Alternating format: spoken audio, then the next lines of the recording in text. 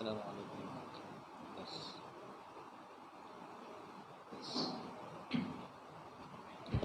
Assalamualaikum warahmatullahi wabarakatuh.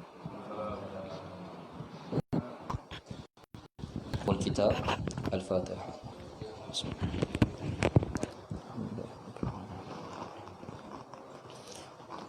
Ya,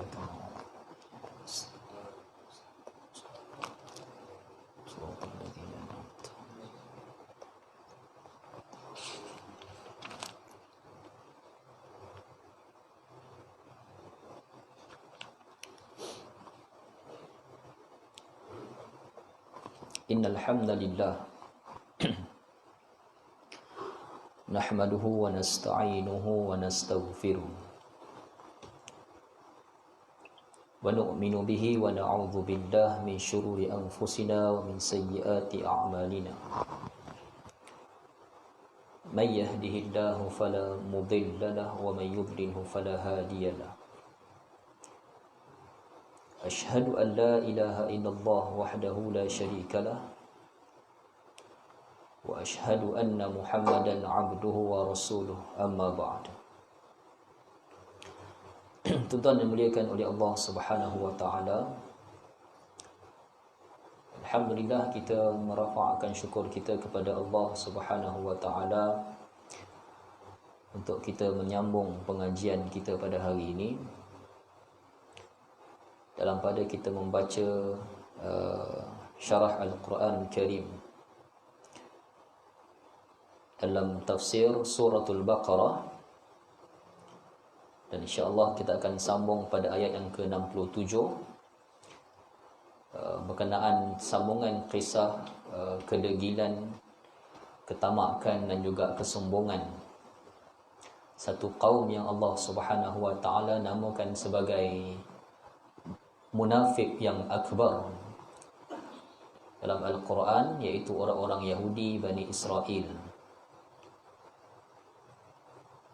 Orang-orang Yahudi, tuan-tuan, dalam Al-Quran ketika suratul Baqarah ini, dalam manhaj Al-Quran menceritakan orang-orang Yahudi ini, ada satu benda yang kita perlu jelas, dan saya nak ambil sedikit masa untuk mukaddimah ni, nak menjelaskan kepada tuan-tuan tentang munafiknya orang-orang Yahudi zaman Nabi yang berlakon sebagai orang beriman. Dan sampai ayat yang ke-67 ni kita cerita tentang, kita bincang tentang, masih lagi dalam perbincangan mengenai kedegilan orang-orang Yahudi. Bani Israel Yahudi ni dia dinamakan sebagai munafik yang akbar, munafik yang besar. Dalam Al-Quran cerita munafik ni ada dua lah. Satu munafik yang asghar, munafik kecil. Satu lagi munafik yang akbar, munafik yang besar. Bila mana Allah Subhanahu wa taala menceritakan tentang orang-orang munafik yang merujuk kepada Yahudi dalam Al-Quran, yang ni munafik akbar. Munafik akbar ni hukum dia kufur. Munafik akbar macam Yahudi, dia bukan sembunyikan benda-benda kecil. Munafik akbar ni, tuan-tuan, dia menzahirkan iman, dia izharul iman, dia menzahirkan iman, wa israrul kufr, dan menyembunyikan kekufuran. Yang ni maknanya dia kafir, kufur. Ta'rif munafik akbar macam orang Yahudi ni, ta'rif dia ialah izharul iman, dia menzahirkan iman, depan orang dia kata dia beriman, wa israrul kufr, dia menyembunyikan kekufuran. Yang tu kufur, memang dia kafir lah. Maknanya dia berlakon, dia beriman, dia berpura-pura beriman, tapi dalam hati dia kufur. Yang ni munafik akbar yang dinamakan dalam Al-Quran. Munafik akbar ni hukum dia kufur. Ada orang, tuan-tuan, yang dia ni cakap bohong. Bila dia pegang janji, dia mungkiri janji tu. Bila dia pegang amanah, dia khianat. Yang ni pun munafik juga. Tapi munafik yang ni, tuan-tuan, dia munafik yang asghar. Munafik asghar ni dia berlaku dalam kalangan orang Islam, Orang siapa sekalipun, orang Islam sekalipun, kalau dia cakap bohong, dia ni dosa lah. Dia pegang janji, dia khianat, dosa lah, dosa besar. Jadi dalam pandangan Imam Ahlus Sunnah wal Jamaah menyatakan bahawa munafik yang macam ni hukum dia fasik. Hukum dia dosa besar. Kita nak kata dekat dia, kita nak sebut dia, tapi tak boleh kata dia kafir. Tak, dia berdosa. Dengan dosa yang besar sebab dia cakap benda yang bohong. Dia claim pula orang tu cakap, orang tak cakap pun. Dia cakap dusta. Lepas tu kalau dia pegang janji, dia mungkiri janji tu. Dan kalau dia pegang satu amanah, dia mengkhianati amanah yang diberikan. Yang tu yang Nabi sebut tentang ayatul munafiqin salasa. Tanda orang munafik ni 3. Hadis tu merujuk kepada munafik asghar, munafik kecil. Walaupun munafik kecil, tapi dosa tu dosa besar tu. Pegang janji dengan sengaja dia mungkiri janji. Pegang satu amanah, ya khianati amanah orang yang orang berikan, dan dia cakap benda yang bohong. Yang ni munafik asghar. Sungguh munafik asghar, kecil, tapi dosa tu dosa yang besar. Kalau meninggal kita khawatir dalam neraka Tuhan, wallahu alam lah. Inja Tuhan jalla wa ala. Tapi tuan-tuan, munafik yang asghar ni kita tak boleh kata dia kafir. Yang tu kena satu definisi, dua definisi yang kita kena jelas. Orang-orang Yahudi, Al-Quran kebanyakannya bila cerita tentang munafik, orang-orang Yahudi ni, dia merujuk kepada Yahudi yang kufur, yang kafir. Jadi tuan-tuan, kalau kita ambil ayat yang Allah kategorikan pada orang munafik yang akbar macam Yahudi ni kan, kita claim pada satu orang Muslim yang cakap bohong, ambil dalil tu letak, engkau ni macam Allah kata pada orang Yahudi dalam Quran sekian-sekian sebab kau cakap bohong. Boleh tak tuan-tuan? Tak boleh tuan-tuan. Tak boleh. Ayat Quran yang merujuk pada orang Yahudi ni, munafik Yahudi ni, yang Allah kata depan kamu dia amanna kan, walladzina kafaru, depan kau wahai Muhammad, dia kata mereka ni amanna, kami beriman, wa ma hum bimu'minin, belakang kau dia tak beriman pun sebenarnya kan. Orang yang ni dia kafir, dia munafik yang kafir. Kalau kita ambil ayat-ayat munafik yang Yahudi yang kafir ni tuan, kita claim, kita letak pada satu orang Muslim yang cakap bohong, yang dia buat dosa, ambil dalil tu letakkan, awak ni macam ayat Quran yang sebut sekian-sekian. Tuan, kita salah, kita parking ayat salah, dosa kita sebab letak ayat Quran pada tempat yang salah. Kawan ni dia cakap bohong, dosalah untuk dia, tapi kita guna pakai dalil untuk mengkufurkan dia. Tak betul macam itu. Tak betul tuan. Dan juga tuan-tuan, saya nak bagi kita ni supaya ada satu dan orang beriman tuan, orang Islam, orang beriman tuan-tuan. Kita semualah mudah-mudahan ada iman lah insya-Allah. Kan? Kita tuan-tuan umat Islam ni kena hati-hati dengan perangai melabel orang, kena hati-hati tuan-tuan. Walaupun dalam bab munafik asghar, orang Islam yang cakap bohong, yang pegang amanah dia khianat amanah, yang pegang janji dia mungkir janji. Kita yang nak tuduh orang ni, yang nak letakkan hukum tu pada orang ni, satu orang Muslim yang cakap bohong kan, nak kata dia munafik pun agama tak bagi. Awak ni munafik asghar lah, cakap bohong. Betul kan? Betul sebenarnya, tapi agama tak bagi mudah-mudah macam tu. Awak cakap bohong munafik asghar awak. Kalau ikutkan betul, tapi agama tak mudah-mudah nak suruh kita berikan gelaran tu pada orang. Sebab munafik asghar ni tuan-tuan, nak clearkan status tu, dia atas niat yang ada dalam diri orang tu. Kalau masa dia cakap tu, dia tak berniat nak bohong, dia cakap benda yang betul, rupanya salah, dia munafik ke kan? Tak lagi. Dia janji pada kita, okey, saya janji kat awak, saya datang pukul 8 lah. Tiba-tiba 8.30 dia datang. Kata pukul 8, 8.30 baru datang ni. Allah minta maaf lah, jalan tadi jam, nak U-turn ni pun. Satu hal dah 15 minit nak U-turn daripada Kerubung, nak U-turn sini. AMG nak U-turn masuk masjid ni. Dah setengah jam. Punya jam, orang mana dah masuk Melaka ni. Janji pukul 8, 8.30 sampai ni. Munafik kau ni. Boleh tak macam tu? Tak boleh. Sebab kawan yang janji tu, dia tak berniat nak bohong. Dia janji dengan harapan sampai, tapi dia ada benda yang menghalang dia untuk sampai, yang dia tak nak benda tu berlaku. Bukan niat dia pun. Tak boleh kita kata dia munafik. Dia janji pada kita, dia pegang amanah kita. Okey, aku amanah ni, aku jagalah duit kau ni berapa 5,000 ni aku jagalah. Aku amanah, aku pegang janji amanah ni, aku janji. Dia jaga, tiba-tiba tuan-tuan, tengah-tengah dia pegang amanah kita tu, duit kita tu, ada along datang rumah dia, pecahkan, ugut anak bini nak bunuh, bayar hutang cepat. Dia tak ada duit lain, duit kita dia bagi pada along tu. Dia pun jumpa kita, dia kata, "Man, minta maaf man, aku tu ada orang nak bunuh anak bini aku. Aku terpaksa, tak ada cara lain. Kalau anak bini aku mati, aku minta maaf sangat kat kau." Oh, kau munafik kau ni. Boleh tanya kat kita kan? Tak boleh. Sebab yang agama maksudkan ialah orang yang berniat. Masa cakap tu dia memang berniat nak bohong. Ni munafik asghar. Itu pun tak boleh kita yang tentukan, sebab yang tahu dia bohong ke, dia tak bohong ke, dia dengan Tuhan yang tahu. Masa dia pegang, masa dia bagi janji, dia niat nak mungkiri janji dah. Aku janji tu, aku saja cakap tadi, biar padan muka aku tak nak buat pun. Yang tu munafik. Masa aku buat amanah dengan dia main, aku memang saja cakap tadi, biar dia kena tipu dengan aku. Yang tu betul-betul munafik. Tapi untuk orang yang tak berniat macam tu pun, dia tak niat macam tu pun, bukan kehendak dia jadi macam tu, dah buat tiba-tiba macam mana sekalipun, tiba-tiba tak boleh buat rupanya. Allah ingatkan boleh buat tu tak jadi rupanya, tak boleh. Benda ni tu benda besar tak boleh buat ni. Dan orang macam ni dia bukan munafik.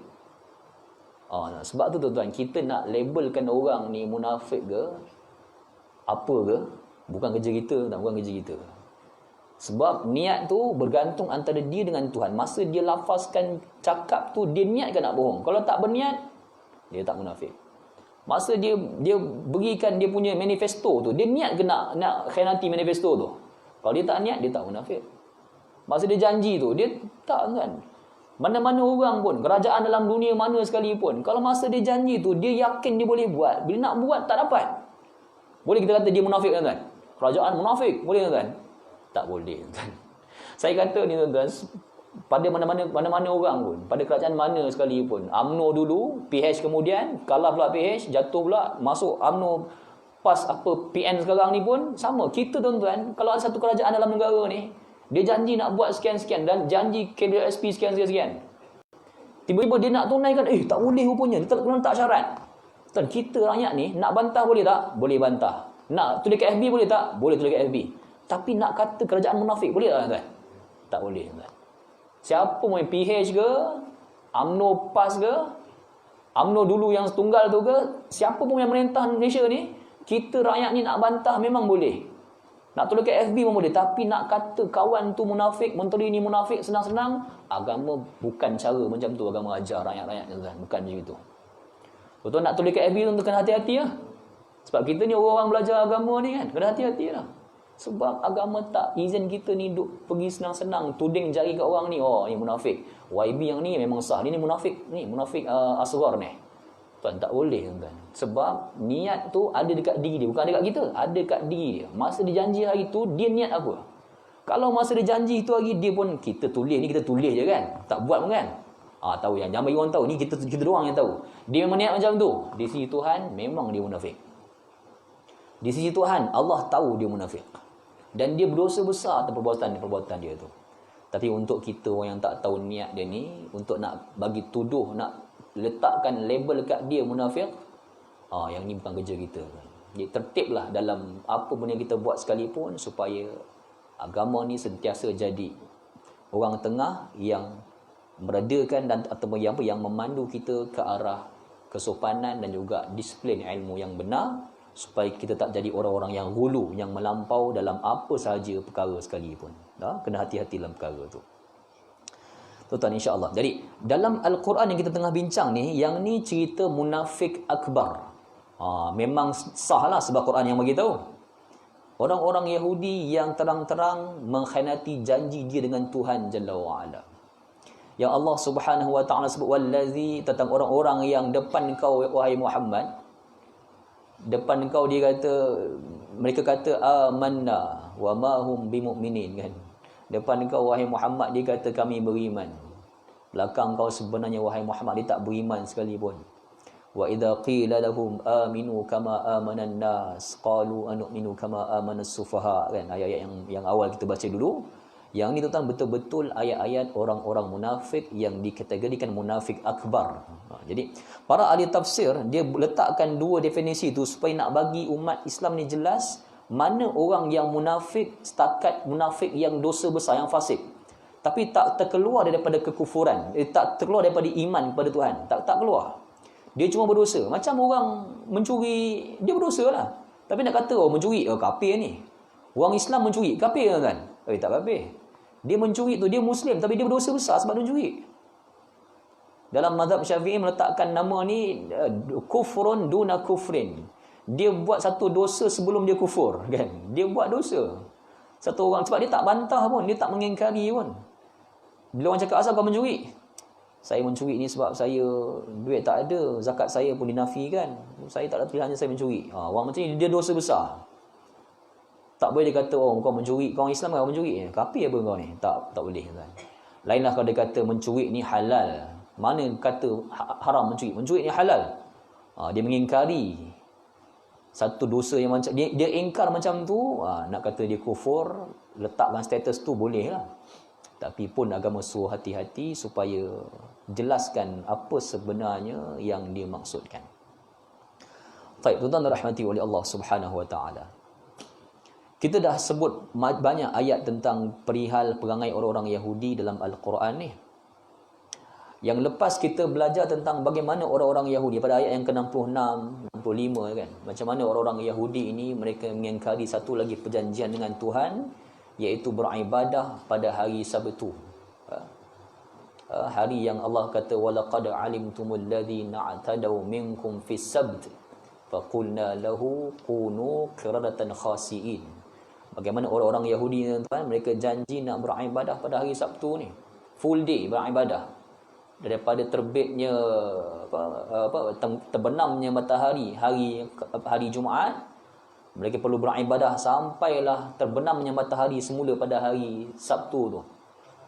Mereka tak beribadah, mereka mengingkari janji Tuhan ni. Allah Subhanahu wa taala uji mereka dengan menyampaikan ujian yang tepat pada hari yang tepat.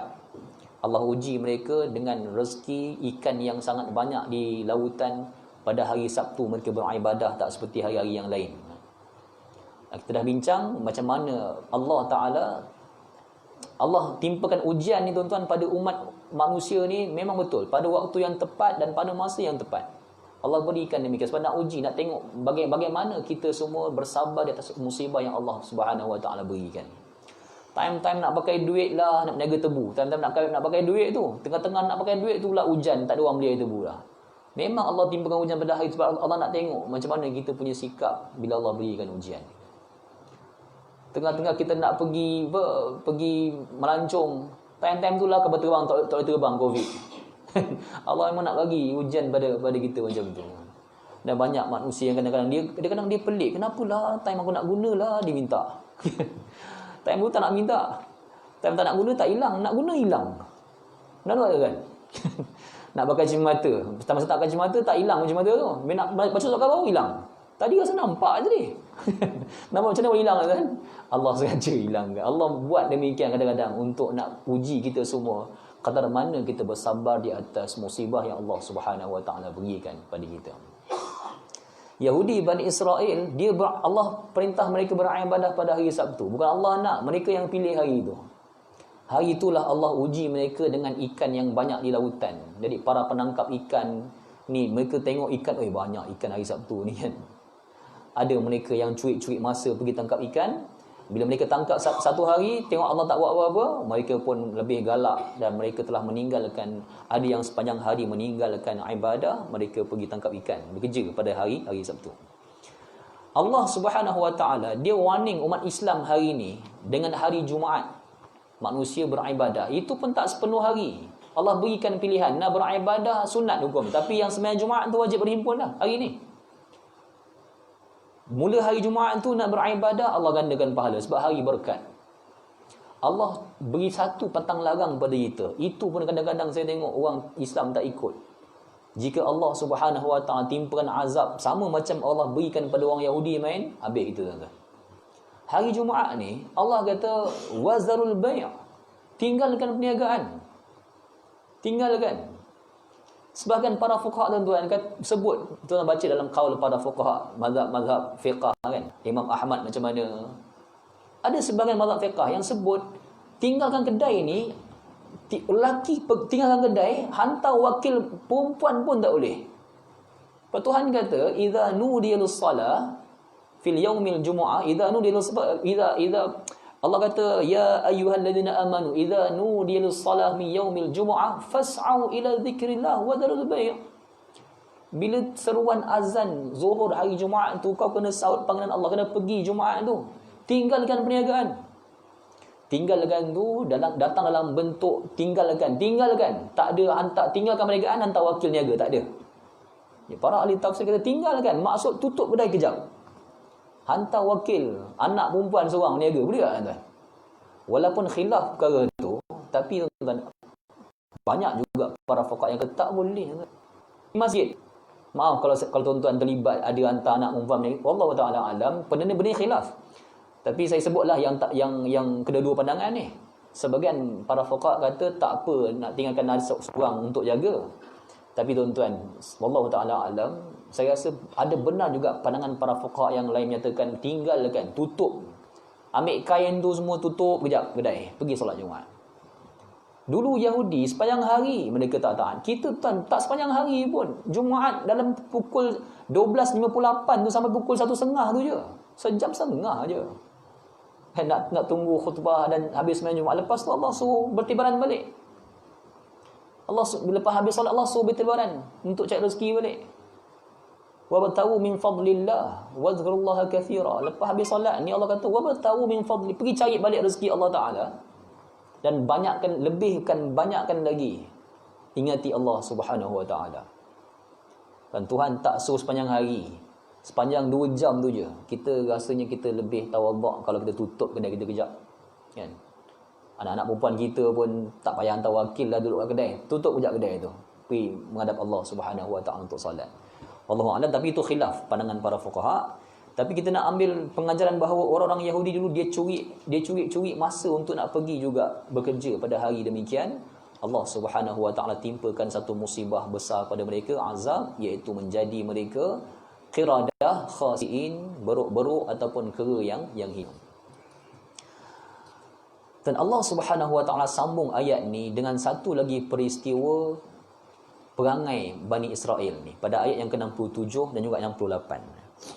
A'udzu billahi minasyaitonir rajim wa idz qala Musa liqaumihi innallaha ya'murukum an tadhbahu baqarah qalu atattakhizuna huzwa qala a'udzu billahi an akuna minal jahilin qalu ud'u lana rabbaka yubayyin lana ma hi qala innahu yaqulu innaha baqaratun la faridun wa la bikrun awanun baina zalik faf'alu ma tu'marun. Dan ingatlah ketika Musa alaihi salam berkata kepada kaumnya, sesungguhnya Allah Subhanahu wa taala memerintahkan kamu agar menyembelih seekor lembu. Maka orang-orang Yahudi bertanya, apakah engkau ingat kami ni bahan-bahan permainan? Ingat kami ni apa? Budak kecil nak main suruh sembelih lembu suka hati. Macam itulah lebih kurang orang Yahudi kata.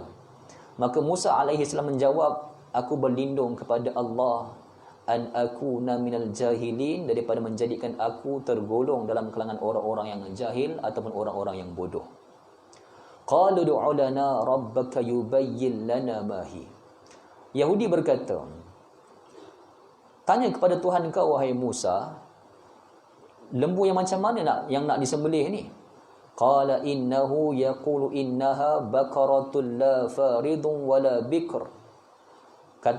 Jawab pada mereka wahai Musa, sesungguhnya dia bersabda bahawa bahawa Allah nak lembu betina yang belum tua dan tak muda, yang tak tua tak muda. Yakni yang pertengahan. Faf'alu ma tu'marun, maka carilah lembu yang Allah perintahkan itu. Qalu du'u lana rabbaka yubayyin lana ma launuha. Mereka bertanya lagi. Tanya kepada Tuhan kau, wahai Musa, lembu yang nak kena sembelih ni warna apa? Ma launuha, warna apa yang Allah nak ni? Qala innahu yaqulu innaha baqaratun safra'u faqi'un launuha tasurrun nadhirin. Sesungguhnya Allah nak jawab pada mereka, wahai Musa, lembu yang Allah nak ni ialah lembu betina yang warna dia kuning, berkilau-kilau pula tu, dan warna dia tu orang semua suka. Tak ada orang yang tak suka warna kuning yang bersinar-sinar tu. Qalu alana rabbaka yubayyin lana ma hi. Mereka bertanya lagi, wahai Musa, Allah ni nak lembu yang macam mana lagi ni? Innal baqarata syabaha alaina wa inna insyaallahu lamuhtadun. Allah jelaskan lagi, Allah Subhanahu wa taala nak lembu-lembu yang serupa macam apa yang kamu nak. Sesungguhnya Allah Subhanahu wa taala insya-Allah akan dapat petunjuk. Okey, tuan-tuan dirahmati oleh Allah Subhanahu wa taala. Kita baca ayat ni sekali daripada ayat 67 sampai ayat yang ke-70 ni. Ayat ni tuan-tuan, Allah Subhanahu wa taala dia menyuruh orang Yahudi ni menyembelih korban. Sembelih korban. Sembelih korban ni dia bukan sekadar ibadah yang ada pada zaman kita hari ni. Dia juga ibadah yang telah ada pada zaman Nabi Allah Musa alaihi salam untuk menyembelih korban. Menyembelih korban. Antara ibadah lain yang sama kita dengan orang Yahudi, dengan ahli kitab ni, antara lain ialah puasa. Cuma kita ni puasa Ramadan sebulan, tapi syariah puasa tu sendiri, tahan lapar, makan, minum daripada terbit fajar sampai terbenam matahari ni, syariah tu telah ada sejak zaman dahulu. Taurat dah ada dulu, Bani Israel dah puasa. Sebab tu Allah Subhanahu wa taala sebut kutiba alaikumus siyam kama kutiba alal ladzina min qablikum. Ditulis, kutiba ni ditulis untuk kamu syariah puasa ni. Seperti mana dulu, orang dulu dah puasa dah. Maknanya sebelum kita tuan-tuan, orang dulu, kaum terdahulu, Yahudi, Nasrani dah puasa. Syariah puasa dah ada. Sama juga dengan salat. Salat pun sama kan. Salat ni syariah lama dulu pun dah ada tentang salat. Dua rakaat yang dibuat oleh Nabi Allah Musa alaihi salam, yang dibuat Nabi Allah Ibrahim alaihi dah ada. Dan sebahagian riwayat menyebut tentang Rasulullah sendiri sebelum dilantik jadi Rasul, suatu Nabi di Gua Hira menenangkan diri Nabi sebelum Allah utuskan malaikat jadi Rasul. Nabi dia yatahannus ni bererti beribadah di Gua Hira. Wallahu ta'ala alam. Sebagian riwayat dalam hadis-hadis menyebut Nabi ni dia berzikir kepada Allah. Termasuklah Nabi SAW, dia solat sunat 2 rakaat mengikut kaedah Nabi Allah Isa alaihi salam. So syariah salat tu dah ada. Cumanya yang 2 subuh, 4 zuhur, 4 asar, yang tu belum lagi lah. Tapi awalnya 2 rakaat ni dah ada sejak zaman-zaman Nabi terdahulu. Dan Rasulullah sebelum dilantik jadi Rasul, Nabi dah pun buat demikian di Gua Hira semasa sebelum Allah menghantar Jibril alaihi salam melantik Nabi menjadi Rasul Tuhan Jalla wa'ala. Yang ni kita baca ni tuan-tuan, Allah Subhanahu wa ta'ala ayat yang ke-67, wa idh qala Musa liqaumihi innallaha ya'murukum an tadhbahu baqarah. Allah Subhanahu wa ta'ala, ingatlah ketika mana Musa berkata kepada kaumnya, Allah menyuruh kamu ni supaya menyembelih lembu. Gitu kan. Ni syariah sembelihan kan. Okey. Ni fiqah nak menyembelih. Bila Nabi Allah Musa alaihi salam dapat perintah supaya Allah ni perintah supaya arahkan Bani Israel menyembelih lembu ni. Sembelih lembu. Sebagian riwayat kata ini sebagai kafarah dosa mereka yang mereka buat kepada Tuhan. Banyaklah. Mereka juga pernah menyembah anak-anak lembu ni. Allah suruh mereka sembelih lembu ni. Korban. Dan sembelihan ni tuan-tuan sejak zaman Nabi Adam pun dah ada dah. Allah menyuruh anak-anak Nabi Adam yang dikatakan nama dia Habil Qabil tu untuk menyembelih. Siapa yang sembelihan dia paling bagus akan dapat berkahwin dengan adik perempuan mereka pada ketika itu kan. Yang dikatakan nama dia apa? Qibti ke apa? Allah Ta'ala alam. Ya. Tapi berlaku sembelihan pada ketika itu. Sekarang ni tuan-tuan, Bani Israel ni Allah Subhanahu wa taala arahkan mereka ni supaya antazbahu baqarah, supaya mereka ni menyembelih lembu. Tuan, fiqah ni tuan, bila Allah arahkan supaya menyembelih ni, Pertama sekali Bani Israel mereka jawab apa? Atattakhizuna huzwa. Dia seolah-olah macam mempermain-mainkan perintah Nabi Allah Musa. Kau ingat kami ni apa? Macam tu tuan. Kalau kita dengan satu orang majikan kita lah kan, dia suruh kita buat satu perkara, kita boleh bertikai tak? Boleh. Bos, saya rasa kerja ni bukan kerja saya ni bos. Saya punya kerja dalam skim perkhidmatan saya, kerja saya sekian. Yang ni bukan kerja saya ni. Kita boleh lawan, kita boleh bertikai sebab kita ada skim perkhidmatan. Kalau ikut skim ni bos, saya punya kerja, tulis surat, hantar ni, hantar tu. Yang belikan nasi untuk staf ni bukan kerja saya. Kalau bos suruh tu, maknanya kita boleh bertikai lagi. Itu kalau manusia suruh, bolehlah bertikai. Allah suruh, boleh bertikai tak tuan? Tak boleh bertikai. Allah kalau suruh, tak boleh bertikai. Rasul kalau suruh pun tak boleh bertikai. Allah kalau panggil manusia tuan-tuan, tengah salat pun kena nyaut. Rasul kalau panggil para sahabat pun tengah salat pun kena nyaut. Sebab Tuhan suruh. Asalnya tak boleh nyaut. Tengah-tengah salat, orang panggil mana boleh nyaut. Tapi dah orang yang buat peraturan tu yang suruh. Kan? JPJ buat peraturan traffic light tu.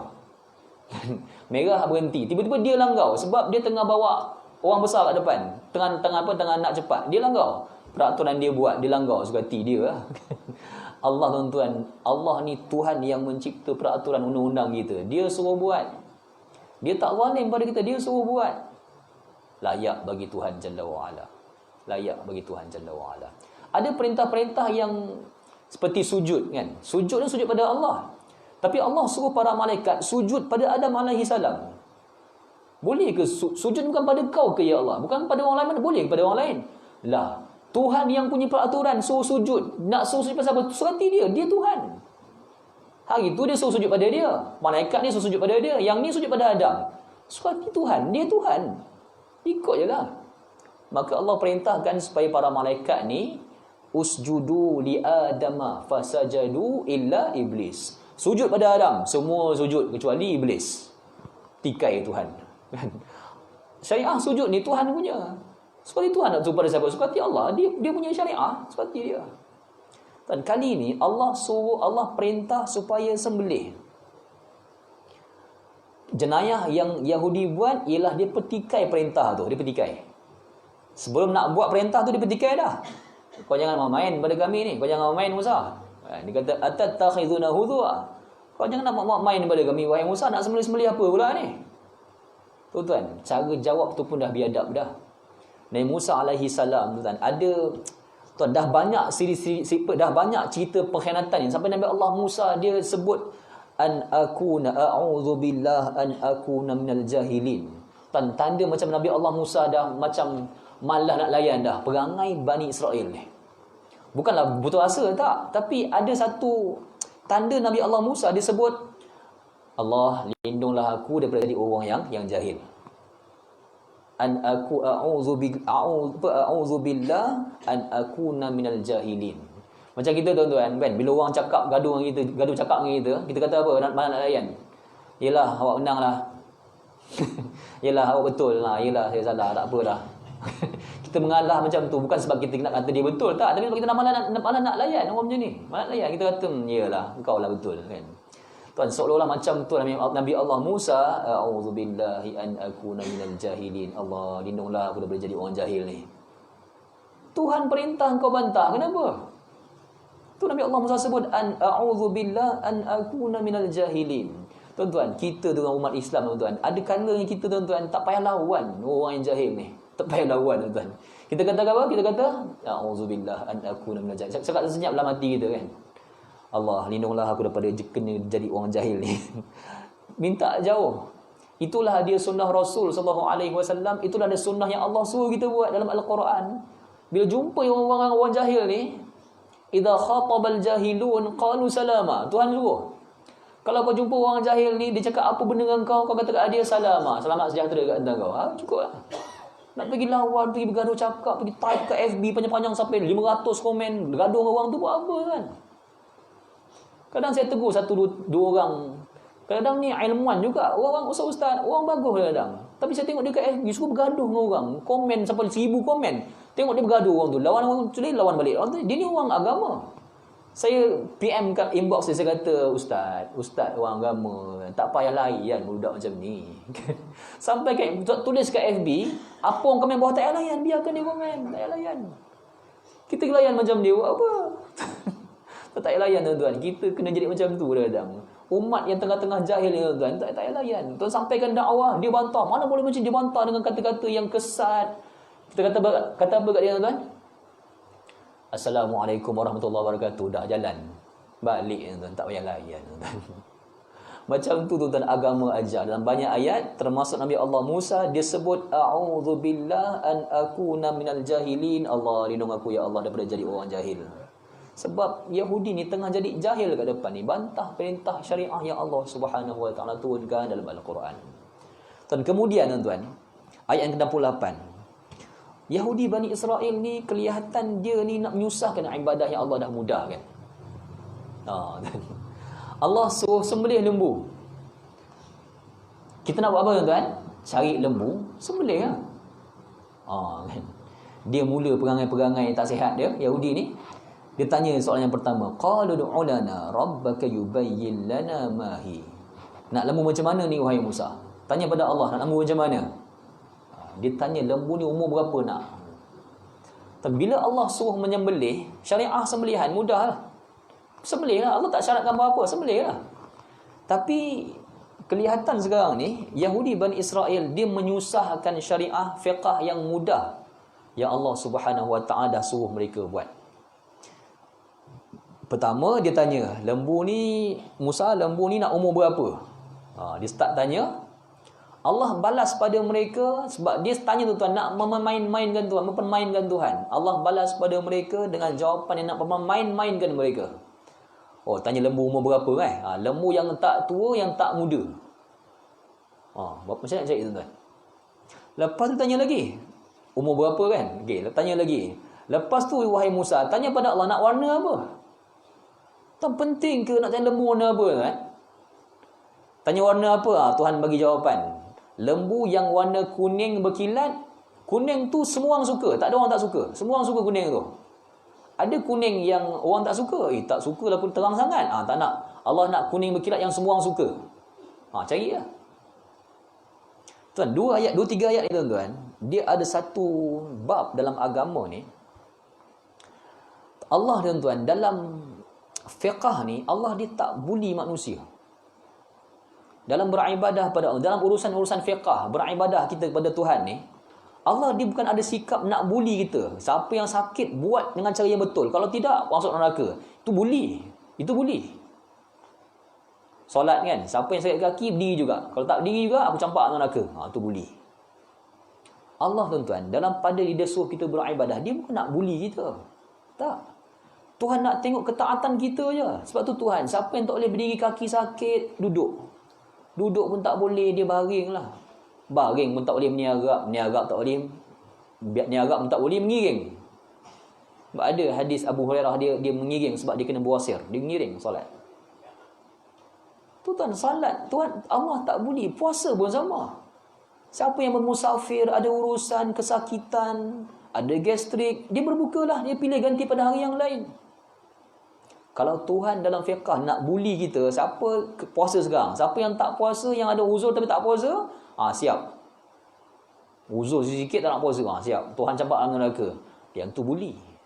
Allah tuan-tuan, dia Rahman, dia Rahim pada insan, pada makhluk, pada hamba-hamba dia ni. Dia tak buli. Allah tak buli, jadi Allah sediakan macam-macam rukhsah untuk kita ambil perkara tu. Solat musafir ada cara macam mana. Nak wuduk pakai kasut kulit tu, nak buka payah, Tuhan suruh sapu atas khuf. Macam-macam rukhsah solat ni. Dan fiqh tu tuan-tuan, bila ada datang benda yang menghalang, Tuhan makin mudahkan.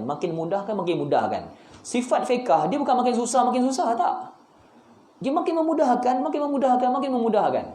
Siapa yang buat fiqh makin menyusahkan, Allah Taala alam tuan, tapi dia tersalah dalam prinsip umum agama, dia tersalah. Aisyah radhiyallahu anha dia sebut pada para sahabat, fiqh Nabi ni, bila Allah beri Nabi satu bentuk ibadah yang Allah syariahkan kepada insan, Aisyah kata qad ikhtar aisarihima. Nabi tak pilih, melainkan Nabi pilih yang paling mudah untuk dilaksanakan. Fiqh tuan-tuan, Nabi pilih qad ikhtar aisarihima, antara dua bentuk perkara yang ada, Nabi akan pilih yang paling mudah untuk dilaksanakan. Paling mudah untuk umat. Nabi tahu umat macam mana, paling mudah Nabi buat untuk umat. Jadi fiqh ni tuan-tuan, bila datang keuzuran, kemudaratan, maka dia akan lebih dipermudahkan. Nak wuduk air tak ada, senang cari debu yang bersih, lagi mudah. Nak bermusafir, solat jauh, ada urusan banyak, nak bermusafir, makin mudah Allah suruh jamak. Makin mudah. Puasa kita di hari kesakitan, Tuhan mudahkan, tak payah puasa hari ni lah, ganti pada hari lain, lagi makin dipermudahkan. Semua urusan fiqh tuan-tuan, makin mudah. Tak ada urusan fiqh ni bila ada keuzuran, makin payah. Tak ada tuan. Tak ada kan. Macam banyak berapa riwayat yang palsu sebut seseorang yang terdampar sakit di hospital, nak wuduk tak boleh kan. Dia kena wuduk dengan cara tayamum, double balik dengan wuduk, tayamum sekali lagi. Tuan-tuan, wallahu taala alam, fiqh macam ni tak ditemui dalam banyak riwayat para fuqaha ni. Mazhab imam-imam itu tak menemui mana kaedah yang suruh doublekan wuduk, doublekan tayamum ni. Kalau terlantak kat hospital, tak ada tuan. Kawan tu tuan-tuan, mak rempit kan, duk berlumba, bila kemalangan dah tergantung kaki ke atas, baru nak insaf nak solat kat hospital. Kita datang nak solat wuduk kena susah macam ini. Kawan tu semayang dah elok dah. Nak semayang dah elok dah, kita bagi susah. Kalau itu susah tak semayang lagu. tak semayang dia. Tuan, fiqh ni dia makin memudahkan. Jangan menyusahkan syariah fiqh yang ada. Sesiapa yang ada sikap suka nak menyusahkan urusan-urusan fiqh ni tuan-tuan, sikap tu datang dari siapa tuan? Sikap tu datang daripada sejarah orang Yahudi ni. Fiqh Tuhan yang sembelihan dia apa ya? Nak warna apa lembu ni Musa? Warna apa pergi tanya, tak penting warna apa. Nak umur berapa lembu ni, umur berapa tanya. Yang ni tuan-tuan, Allah bila mana dia susahkan fiqh yang mudah ni, Allah menyusahkan lagi mereka. Susahkan mereka. Mereka nak main-main ke agama tu, Allah susahkan mereka. Pasal siapa yang menyusahkan fiqh dia, tuan ketahuilah dia akan dapat kesusahan. Dia akan dapat kesusahan tu. Susahkan fiqh, dia akan dapat kesusahan tu. Tuan, dalam agama ni, benda yang Allah uji yang susah ni apa dia kan? Allah Subhanahu Wa Taala sampaikan ujian yang berbentuk kesukaran ni bukan pada fiqh nak beribadah tau, bukan pada syariah nak buat haji, umrah, tak, bukan pada syariah nak solat, puasa, tak. Allah hantar ujian yang akan menguji para hamba dia dalam menuju Tuhan ni, ialah dakwah dan jihad. Yang tu memang ada kesukaran. Allah uji yang tu lah susah. Nak pergi dakwah ni, dah siap dah semua. Nak hantar bantuan. Nak keluar-keluar hujan lebat. Allah uji yang tu susah. Tapi masa hujan lebat tu, fiqh mudah tak tuan? Mudah. Tuan baca dalam qaul Syafi'i, hujan lebat yang berdentum tu, solat Jumaat, solat berjamaah pun tak payah pergi. Sebab hujan lebat. Makin mudah. Tapi dakwah, Allah uji siapa yang meredah juga untuk nak sampaikan dakwah Tuhan, Allah beri pahala yang besar. Dia ada pahala yang dinamakan pahala masyaqqah. Pahala kau meredah kesusahan tu, Allah uji. Kawan daripada jauh nak pergi solat berjamaah, redah semak samun. Kawan seorang ni nak pergi sembahyang jamaah, naik motor sebelah rumah, naik motor sampai. Kawan dia daripada ujung, naik basikal meredah hutan nak sampai sembahyang jamaah. Tuan, Allah bagi pahala masyaqqah. Pahala solat jamaah sama, pahala masyaqqah untuk orang yang mengalami kesukaran, dia sabar atas ujian tu, lebih pahala dia. Allah nak uji kesusah yang tu lah tuan-tuan. Yang fiqh tu ibadah ni, puasa, solat kita, umrah, haji kita tak susahkan yang tu. Pada hari ni tuan-tuan tengok, ada orang yang naik kursi roda tawaf. Betapa diizinkan fiqh walaupun tak pernah muncul kursi roda zaman Nabi. Tapi hari ni tuan-tuan macam mana para fuqaha bahas, diizinkan perkara tu, rukhsah untuk mereka. Mudah kan fiqh mudah fiqh ni. Jadi tuan-tuan, kalau kita ada sikap nak menyusahkan fiqh yang Allah mudahkan ni, sikap tuan-tuan kena tahu, sikap kita bukan Yahudi lah, tapi sikap tu datang daripada perangai orang Yahudi dalam Al-Quran. Hari pertama Allah Subhanahu Wa Taala suruh mereka menyembelih, dia susahkan sembelihan tu dengan cara pertama ditanya kepada Nabi Allah Musa, tanya pada Tuhan kau wahai Musa, Rabb yubayyin lana mahi, nak lembu umur berapa? Maka Allah Subhanahu Wa Taala suruh cari lembu yang tak tua tak muda. Carilah. Tak tua tak muda. Pergi cari. Soalan kedua dia tanya, nak lembu warna apa? Qalu du'a lana rabbaka yubayyin lana ma launuha. Tanya pada Tuhan kau wahai Musa, jelaskan kepada kami nak lembu warna apa? Warna pula dia tanya. Kemudian qalu du'a lana rabbaka yubayyin lana ma hi. Tanya lagi lembu apa? Akhirnya tuan-tuan, Yahudi ni menemui lembu yang mereka nak cari ni berbulan-bulan kemudian. Lembu yang tak tua, tak muda, yang kuning, kuning yang pekat, yang bersinar, yang orang suka. Mereka jumpa berbulan-bulan kemudian. Patut syariah tu mudah. Ambil lembu, sembelih. Tuhan tak kata umur berapa, warna apa, Tuhan tak kata, sembelih je lah. Dia duduk pergi buat payah syariah-syariah yang mudah tu. Akhirnya berbulan-bulan kemudian baru mereka jumpa juga lembu tu akhirnya. Barulah mereka dapat menyembelih lembu yang Allah Subhanahu Wa Taala perintah pada mereka. Kalau tuan baca ayat yang ke-71, sama juga. Qala innahu yaqulu innaha baqaratun la dhalulun tusilul ard wa la taskil harsa musallamatun la syiyata fiha. Qalu al-ana ji'ta bil haqq fazabahuha wa ma kadu yaf'alun. Dia berkata sesungguhnya dia menyatakan bahawa lembu tu hendaklah lembu betina yang tak digunakan untuk membajak tanah. Tuan, zaman ni tuan-tuan, lembu dah digunakan untuk bajak tanah dah. Allah sebab mereka menyusahkan fiqah mereka, Allah betul-betul sampaikan kesusahan tu pada mereka. Iaitu Allah sebut pada mereka, Allah tambah lagi syarat, Allah kata lembu tu mesti lembu betina yang tak digunakan untuk nak bajak. Tak kan? Dan lembu yang tak pernah ke sawah, yang tak cacat, yang tak ada belang. Sekarang mereka berkata, sekarang wahai Allah, engkau telah datang membawa kebenaranmu. Maka mereka pun sembelihlah. Maka akhirnya berbulan kemudian barulah mereka menemukan lembu yang Allah Subhanahu Wa Taala ingini. Benar-benar Allah Subhanahu Wa Taala susahkan mereka di atas kehendak yang mereka sendiri pilih. Tuan, 4 ayat ni tuan-tuan, dia ada satu pengajaran yang sangat besar pada kita, iaitu tidak menyusahkan agama Tuhan yang Allah dah sampaikan dia mudah pada kita. Allah Subhanahu Wa Taala dia simpulkan ayat-ayat ni dalam satu firman Tuhan dalam Al-Quran tentang wa ma ja'ala 'alaikum fid dini min haraj. Ayat ni dia kesimpulan daripada semua jenayah Yahudi yang suka menyusahkan fiqh syariah mereka. Tuhan kata wa ma ja'ala 'alaikum fid dini min haraj, tidak kami jadikan pada agama kamu, pada fiqh kamu itu benda yang haraj, yang menyusah-nyusahkan kamu. Fiqh tuan-tuan, kita yang nak bagi fatwa ni mudahkanlah pada orang. Fiqh ni mudahkan pada orang. Mudah kan? Orang yang tanya pada kita fatwa kan, mudahkan dia tuan. Janganlah kita menyusahkan dia dengan satu benda yang kadang-kadang Allah kan. Kadang saya pun kesian kan. Seorang isteri kan, dah kena tumbuk dengan lelaki dia, lebam biji mata. Lapor kes nak minta fasah cerai. 4 bulan tak boleh cerai lagi. 4 bulan tuan-tuan, bengkak mata di sebelah lagi. Sebab kes tak tahulah apa kan. Tuan-tuan yang mungkin ada kerja pejabat agama, tuan kena bantu untuk mudahkan urusan ni. Kesian kaum wanita yang ditindas suami ni kan. Kadang-kadang nak tuntut hak itu, hak ini susah. Tapi itu hak, patutnya suami tak payah dituntut, kena bagi nafkah ni. Tapi nak kena lepas mahkamah dulu, nak kena itu dulu. Allah, susah kan. Patut dah ada satu, Allah Ta'ala, saya tak tahulah prosedur macam mana yang mungkin terhalang peringkat negeri, peringkat tak tahulah macam mana nak amankan kan. Tapi tuan-tuan, saya rasa sewajar mungkin pemudahkanlah. Dan mana-mana suami yang menceraikan isteri ni, sah dia yang bukan isteri nusyus lah, dia ceraikan isteri dalam keadaan menjadi ceraikan isteri dia kan.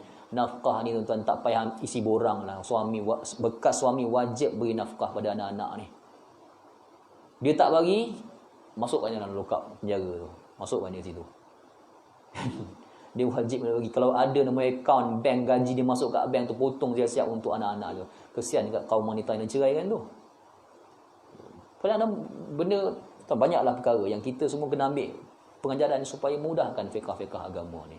Sebab tak ada orang yang tertimpa musibah daripada fiqh ini yang kadang-kala menyusahkan sendiri keadaan diri mereka yang senang tapi akhirnya disusahkan. Banyak hal-hal dalam perkara ni. puasa Ramadan, banyak kadang-kadang hukum hakam yang jadi payah kita kadang. Yang kadang-kadang hukum tu tak datang daripada agama pun, lagi kita buat sendiri, wallahu alam macam manalah kan. Korek hidung batal puasa, mandi tak boleh. Nabi dalam banyak hadis, Nabi ni pada waktu panas terik Ramadan ni, Aisyah kata Nabi ni dia asabal ma' ala ra'si, dia ambil gayung air dia curah atas kepala dia sebab sebab Nabi kepanasan. Nabi panas sangat Ramadan, Nabi mandi tengah-tengah hari buta. Kita kata siapa yang mandi makruh, kita kata. Wallahu a'lam, mungkin ada perbahasan fiqh di sebalik perkara tu. Perbahasan tu disebabkan apa tuan? Disebabkan umat ni, budak-budak kecil ni, dia mandi minum air. Kalau untuk budak kecil tuan-tuan, mandi minum air tu, kita kata kat dia makruh tak apalah. Ini dekat orang ni yang kerja dan dah besar, dah tua bangka dah kan. Tak boleh mandi bang. Kalau mandi dia batal puasa. Allah, jangan macam tu. Kawan tu nak mandi semua nak segarkan badan. Pagi-pagi Ramadan, para sahabat nak pergi ziarah. Di tengah-tengah hari panas terik Ramadan, nak pergi ziarah sahabat ni.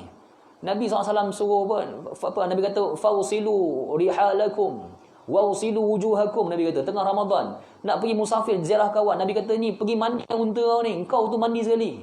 Duk pergi busuk macam nak pergi ziarah kawan macam mana? Nabi suruh dia mandi.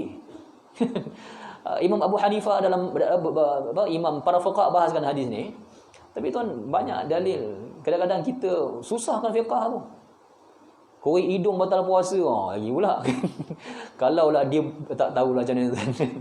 Ada yang kata kalau kita ambil tangan letak kat sini, nak buka kertas ni susah. Tu buka kertas ni, kita ambil jari letak kat lidah ni, nak basahkan untuk nak pergi selak kertas, batal puasa kata. Oh, yang tu tak tahulah. Yang buat macam ni batal puasa. Wallahu ta'ala alam. Daripada manakah asas fiqh itu didapati, wallahu alam. Tapi tuan, kelihatan fiqh macam tu kan, kalau kita amalkan, takkanlah kering bibir orang Islam mengekah berdarah-darah. Oh tuan-tuan, yang tu wallahu alam, saya tak pasti macam mana lah. Tapi ada secara umumnya nampak seperti fiqh itu menyusahkan agama yang sedia mudah untuk umat kan. Jadi tuan-tuan, hati-hati dalam banyak urusan fiqh ni tuan, nak kena tengok mana dalil dia, macam mana para fuqaha bahas. Bukan sekadar dalil, tengok macam mana para fuqaha membahaskan dalil-dalil itu. Dan tak semudah itu kita baca dalil kita buat kesimpulan, tak mudah tuan. Kita kena rujuk para fuqaha yang mujtahid ni. Sebagian orang kadang-kadang tak tahulah apa nama gelaran dia, entah benda kan. Dia bagi dia dalil Quran sunnah je bagi dia. Mazhab-mazhab dia buang. Tak sebut fiqh fuqaha, tak sebut. Di mana ada dalil di situ pegangan kami. Itu orang yang mujtahid boleh lah macam tu. Kita orang awam tuan-tuan, kita perlu sandarkan dalil pada fuqaha ni, pada mazhab-mazhab fiqh ni. Kita kena pegang perkara tu tuan-tuan. Dan urusan fiqh agama ni bukan menyusahkan kita, dia rusah, memudahkan sebab tujuan syariah dia ialah nak melihat ketaatan manusia. Bukan tujuan syariah bukan nak menyusahkan manusia, nak melihat ketaatan. Sejauh mana kita mentaati perintah Tuhan untuk solat, tengah-tengah sakit solat juga, dengan macam mana cara sekarang itu solat juga. Allah melihat ketaatan itu. Tuhan tak kata siapa yang sakit tak berdiri juga, kau siap aku campak dengan neraka. Tak ada tuan. Tuhan bukan macam kita, jahat macam itu.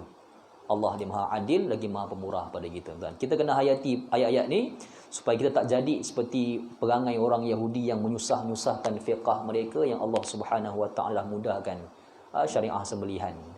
Macam itulah kita tuan, menyembelih hari ni jangan susah-susah kan. Tengah-tengah nak sembelih tu dah pijak lembu apa semua, tengah nak sembelih baca nama pula. Memang lama lagi kan.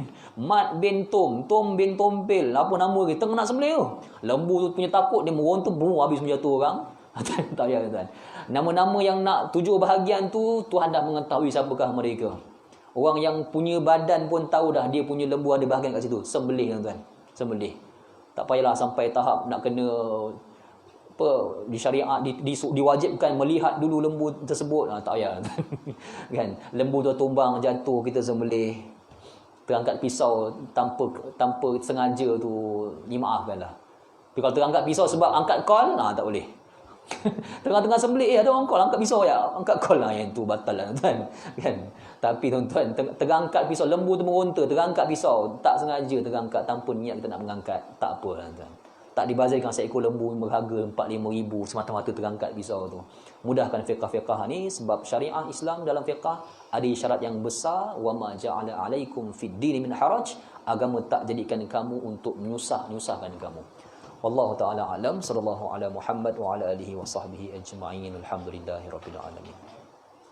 Bismillahirrahmanirrahim. Alhamdulillahirabbil alamin, wassalatu wassalamu ala asyrafil anbiya'i wal mursalin wa ala alihi wa sahbihi ajma'in. Ya muallima Ibrahim al-hikmah 'allimna, wa ya mufahhima Sulaiman al-hikmah fahimna. Fa fahamnaha Sulaiman kullan ataina hukman wa 'ilma. Wasakharna ma'al jabal sabbihna wat tayr wa kunna fa'ilin. Alhamdulillahirabbil alamin. Taqabbalallahu minkum.